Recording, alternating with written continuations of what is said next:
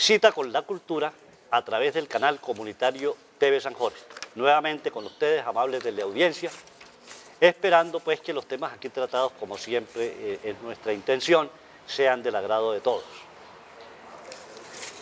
Tenemos que mencionar pues un acontecimiento luctuoso, reciente, y es el fallecimiento del poeta José Ropero Alsina, una de las figuras en la lírica de la región de Ocaña, yo creo que más destacadas, es decir, un poeta que se dedicó toda su vida a escribir poesía, hizo bastante teatro, fue profesor de la Escuela de Bellas Artes, hizo talleres, y sobre él pues hay una cantidad de conceptos muy elogiosos. Ganó incluso algún premio nacional de poesía entre muchísimos poetas. Era un concurso, los poetas contra la guerra, y pues tenemos de él una grata memoria. Pues la Academia de Historia quiere manifestarle desde aquí a su esposa, a sus hijos, a sus familiares, sus sentidas condolencias. Esperamos que la memoria de José Ropero no se pierda, sino que se siga divulgando a través de los espacios culturales de Ocaña. No podemos olvidar a las personas que trabajaron por la cultura regional, no podemos olvidar, tenemos que ahí mantener una memoria permanente, así como la de otros grandes luchadores por la cultura regional en las artes y en las letras, que dedicaron toda su vida a construir el municipio y a construir la paz desde la cultura.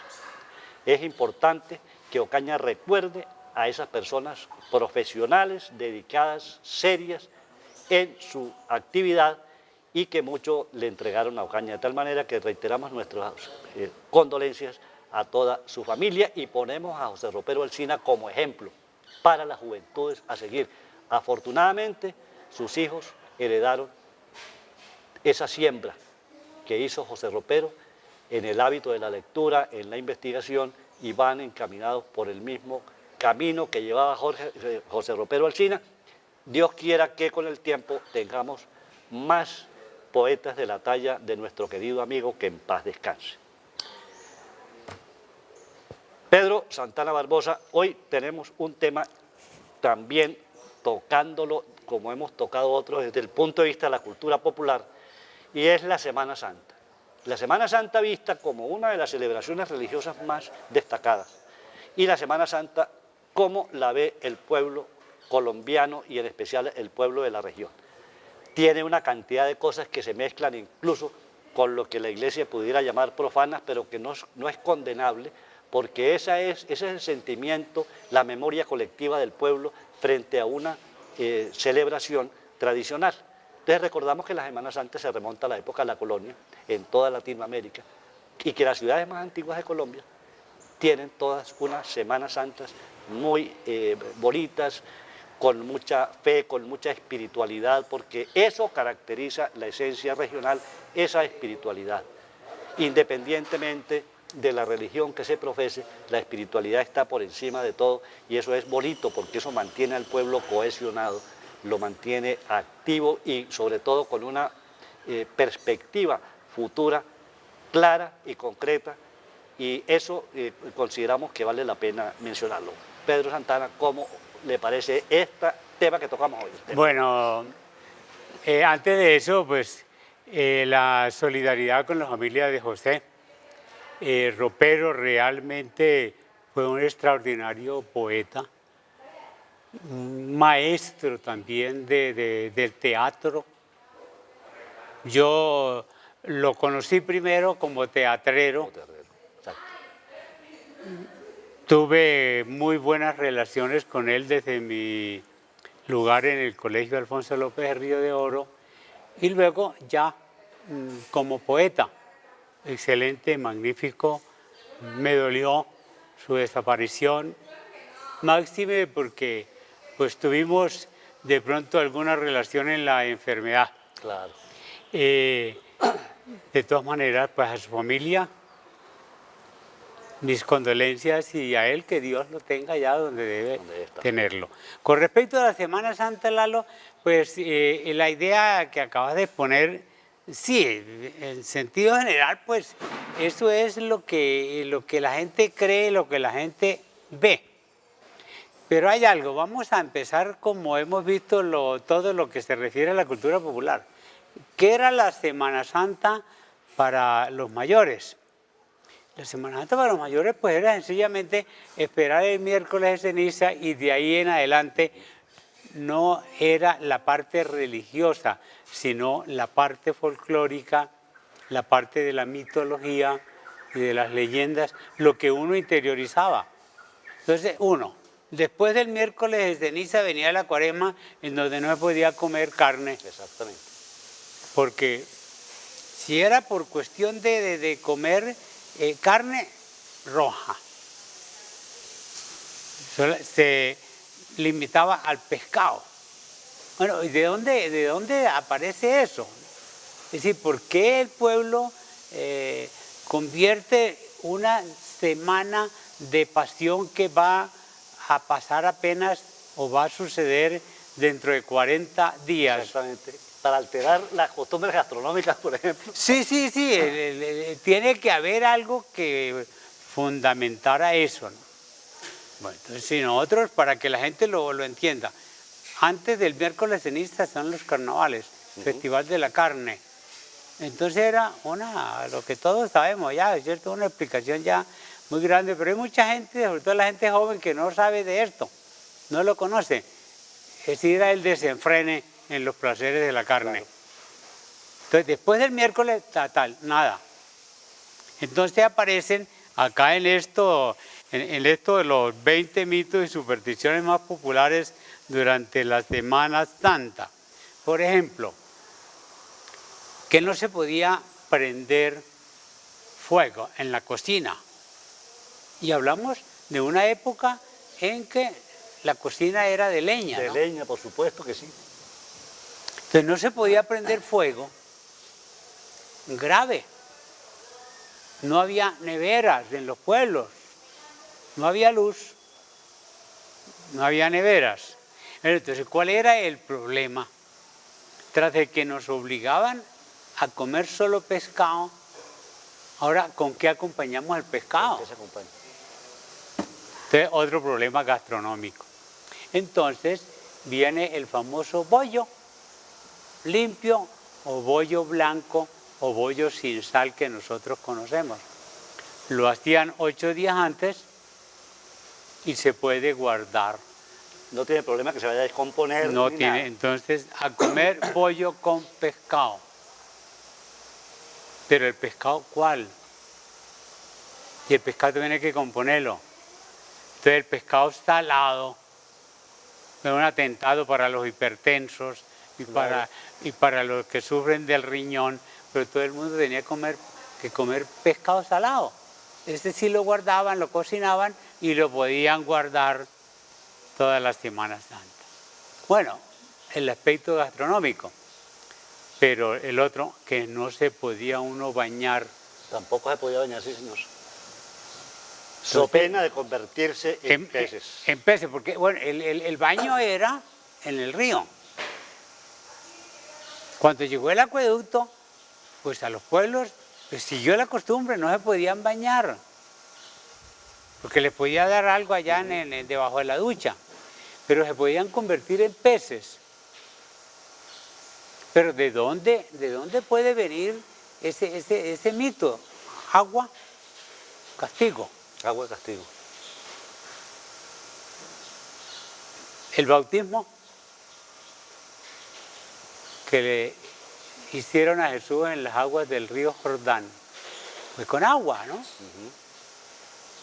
Entonces, ¿qué relación puede tener que Cristo, que va a morir crucificado en unos momentos de gran sufrimiento, nosotros utilicemos el agua con la cual lo bautizaron a él? Para un menester diferente. Para un menester diferente al mismo que le dio la samaritana a él,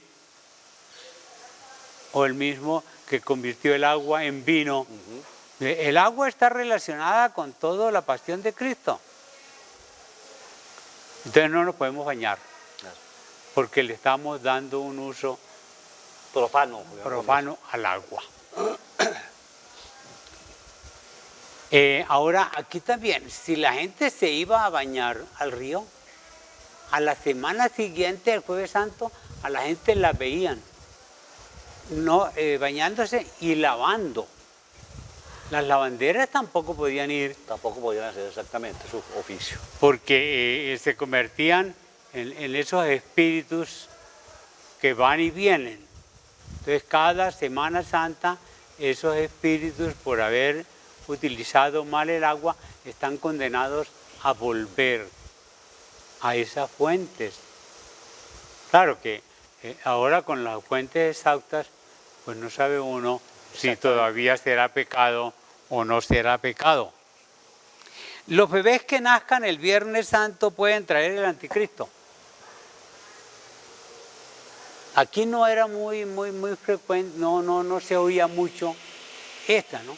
Que si un bebé nace el Viernes Santo, puede ser un anticristo. Oiga, eso sí estaba como difícil, ¿no?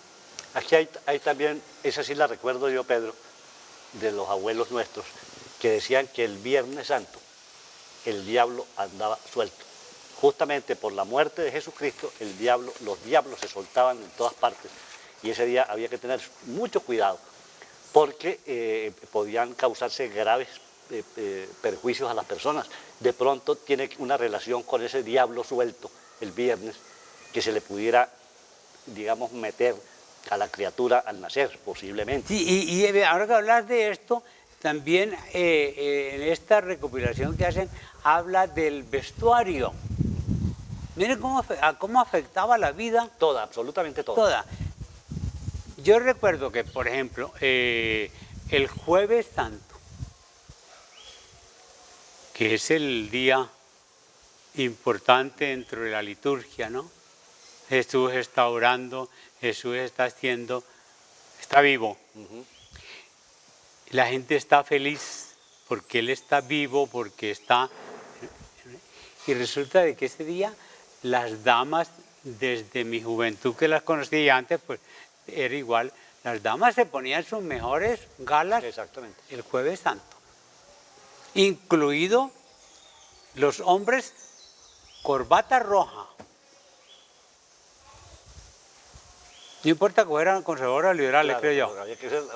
Yo recuerdo también, Pedro, la llegada a las procesiones de los Jueves Santos de los campesinos. Los campesinos se venían desde las diferentes localidades rurales, los corregimientos, a las procesiones de Semana Santa y ese día estrenaban como estrenaba todo el mundo. No había ahí problemas de que tuviesen o no tuviesen dinero, todo el mundo estrenaba. Llegaban al barrio La Costa o al Tejarito, ahí llegaban con los zapatos en la mano, muchas gracias, niña, y allí se los ponían para entrar a Ocaña y luego ir a las procesiones. Es decir, tenemos cambio en la gastronomía, cambio en el vestuario y siguen los cambios durante esta Semana Santa. Bien, entonces el Jueves Santo, color.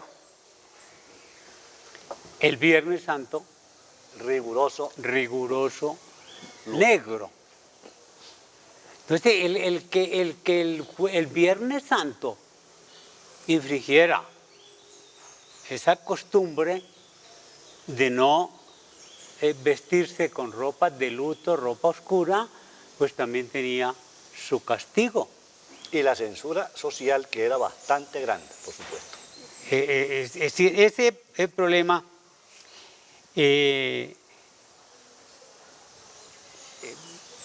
Bastante cuando aparecieron las emisoras.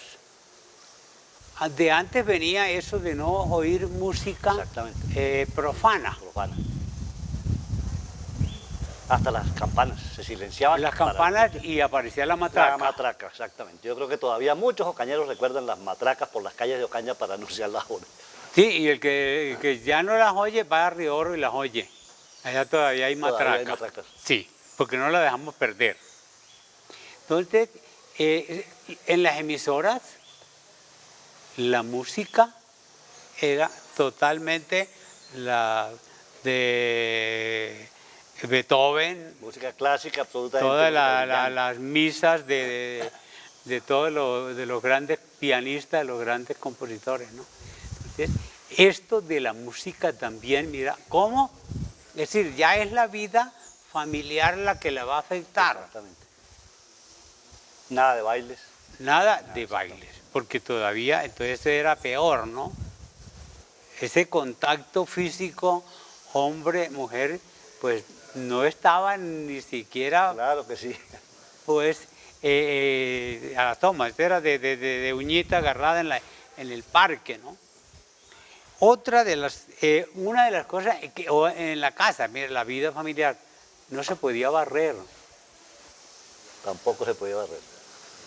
Imaginemos hace 100 años, ¿no? Unos pisos de tierra o en los mejores casos de baldosas de barro, muy propicio para las pulgas y los bichos, que no se podía barrer jueves, viernes y sábado santo. Bueno, el sábado santo había, como no se podía comer carne, ¿no? Ajá.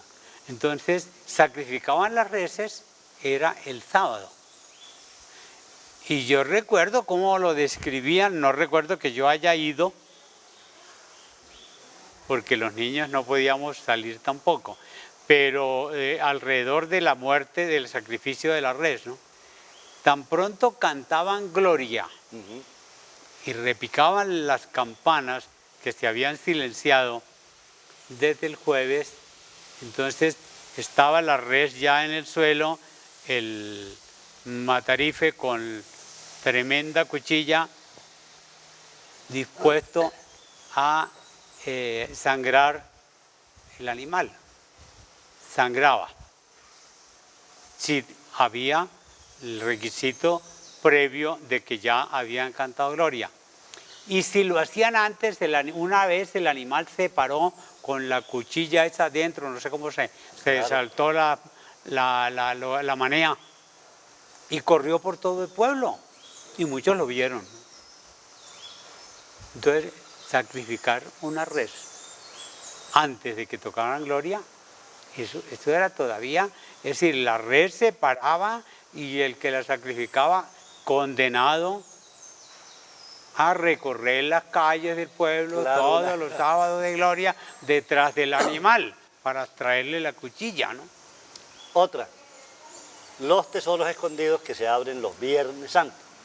Esa también ha sido una tradición que aún sigue vigente.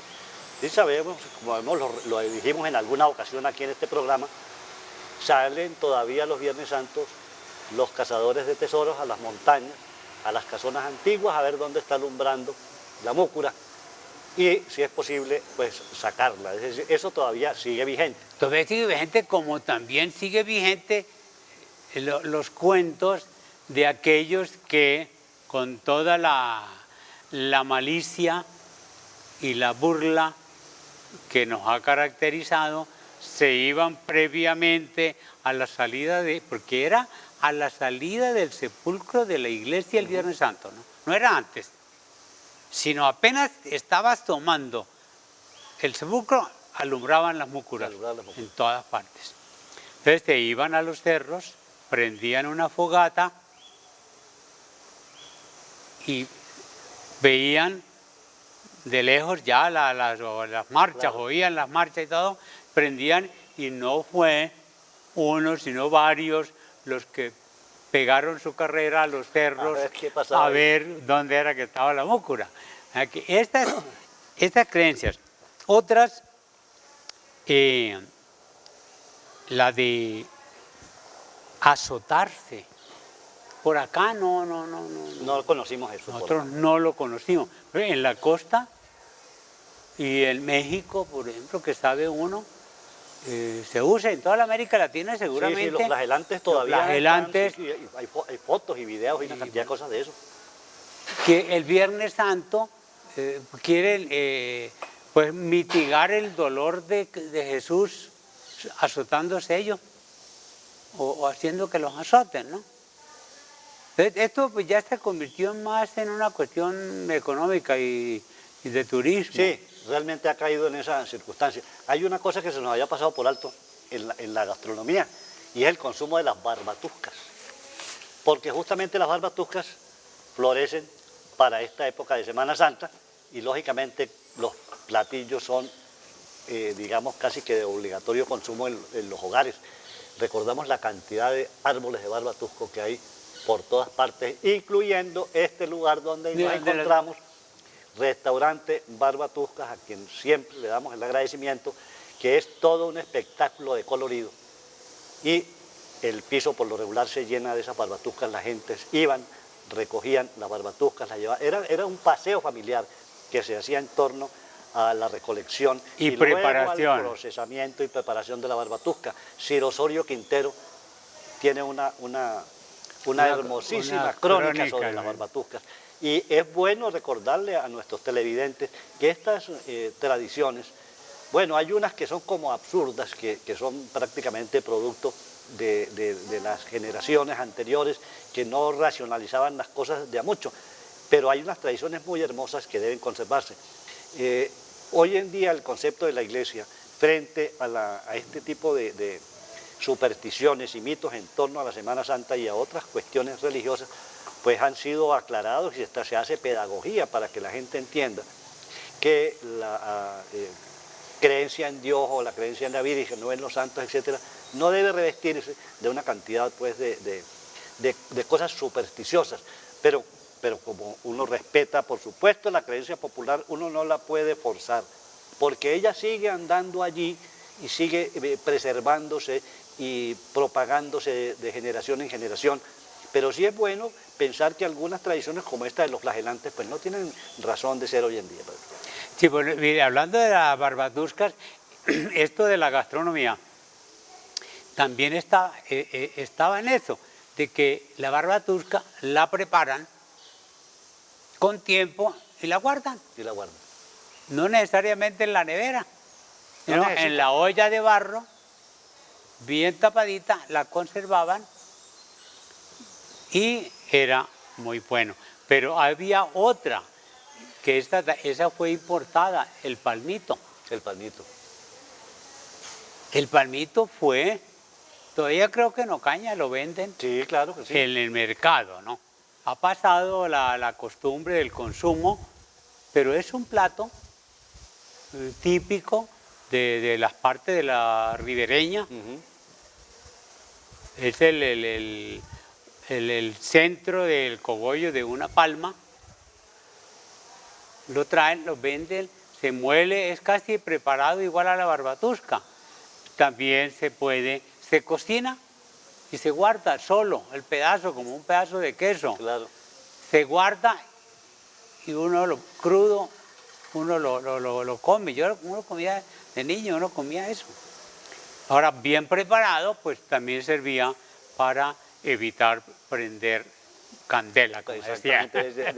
Buscaban de todos modos el mecanismo para evitar prender la candela, eso es muy interesante. Sí, no, otra de las cosas muy importante que todavía subsiste dentro de los viejos, y es que el ramo bendito. Ajá, sí, señor. Sí, en la época de tempestad y en el invierno, es generalmente marzo, abril, invierno fuerte. Entonces recordemos, el día, o sea, el domingo de Ramos, que las personas llevan esos ramos, se levantan allá y el sacerdote o el señor obispo los bendice, y de inmediato los guardan en la casa, bien guardaditos, que no se vayan a perder ni nada. Esos ramos se secan y luego comienza el proceso cuando las tormentas, para los desastres naturales. Sí, para los desastres naturales. Ahora, ¿qué explicación podría tener esto de quemar un ramo con la bendición que pueda aplacar una tormenta? Es como muy extraño, pero de todas maneras todo esto gira alrededor del fuego. Alrededor del fuego. Allí tenemos dos elementos, agua y fuego. Agua y fuego. Mire cómo se va, que todas esas creencias o mitos o leyendas populares, la gente, ya son estupideces, esas No, no, no. Son los rudimentos de la ciencia. Y tienen unas explicaciones muy lógicas. Yo recuerdo, por ejemplo, algún sacerdote cuando se celebró los 300 años de la aparición de la Torcoroma, hizo mucho énfasis en la relación de la aparición de la imagen de la Torcoroma en el monte con el manantial de agua que surgió simultáneamente de la montaña. Es decir, el agua vinculada directamente a un árbol y a la imagen de la Torcoroma. Es decir, tiene también mucha relación eso del agua. Sí, es decir, el nacimiento es el mito de los indígenas con el agua. El agua para los indígenas era parte del origen de la vida. Ya lo hemos mencionado aquí varias veces, lo más cercano a nuestro, los Kogi, en principio era el agua. Así comienza su Biblia, ¿no? En principio era no había nada, apareció el mar, apareció el agua es todo, el agua es la madre. Siempre hay una relación, de una u otra manera, con unos, digamos, conceptos ancestrales, muchos de ellos prehispánicos, otros provenientes a través de los españoles, cuando llegan en la conquista, de civilizaciones como los celtas o civilizaciones orientales, pero todo tiene un origen bastante remoto, Pedro, en esto. Todas estas cuestiones que uno ve que el pueblo las practica, tiene esa circunstancia histórica. Bueno, Pedro, para redondear, la Semana Santa en Ocaña, para hablar del caso nuestro aquí, tiene el primer registro documental escrito en el año 1643, cuando estuvo de visita pastoral Fray Juan Espinar de Orozco y bendijo y consagró los santos óleos en la casona donde hoy se levanta la iglesia de Nuestra Señora de Torcoroma, ahí cerca a la Catedral de Santa Ana. Es el registro escrito que conocemos primero, pero no quiere decir que en 1600 fue que comenzó la Semana Santa, ya la Semana Santa venía. Las imágenes procesionales datan de finales del siglo XIX, son muy valiosas. Y hay una hermandad, que es la Hermandad de Jesús Nazareno, que se encarga de la organización impuesta en marcha de la Semana Santa. Qué bueno fuera que las autoridades municipales siempre tuvieran en cuenta que la Semana Santa es una tradición que identifica al pueblo cañero, que también es un patrimonio cultural inmaterial, con declaratoria de la Gobernación de Norte de Santander mediante decreto 1144, y que es necesario apoyar este tipo de certámenes porque hacen parte de nuestra identidad. De tal manera que todo esto que venimos hablando es parte fundamental de nuestro ser histórico y de nuestra identidad.